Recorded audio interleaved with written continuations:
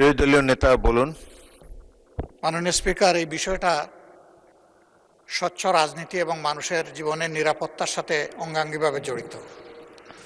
এই জন্য এই বিষয়ে তাকে কনক্লুশন করার জন্য অন্তত আরো 2 মিনিট সময় দেওয়ার জন্য আমি আপনাকে অনুরোধ করব। ধন্যবাদ আপনাকে। মাননীয় বিরোধী দলের নেতা, আমি অতীতের 6টি সংসদ দেখেছি, প্রত্যেকটি সংসদে 2 মিনিট টাইম দেওয়া হতো এবং সময় হলো যে যখনই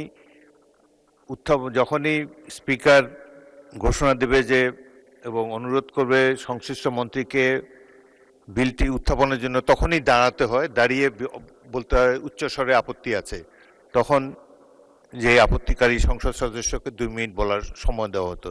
যাই হোক, মাননীয় বিরোধী দলের নেতা, আপনি আরো 2 মিনিট বলতে পারেন। মাননীয় সদস্য, আমি আসলে এই সংসদে আজকে যদি 2024 সালের মে মাস হতো আর এই বিলটি যদি উত্থাপন হতো, তাহলে এই সংসদের এমন একজন ব্যক্তি নাই যে এটার বিরোধিতা করত, প্রত্যেকে এটাকে সাদরে গ্রহণ করত। আজকে সময় পাল্টিয়েছে,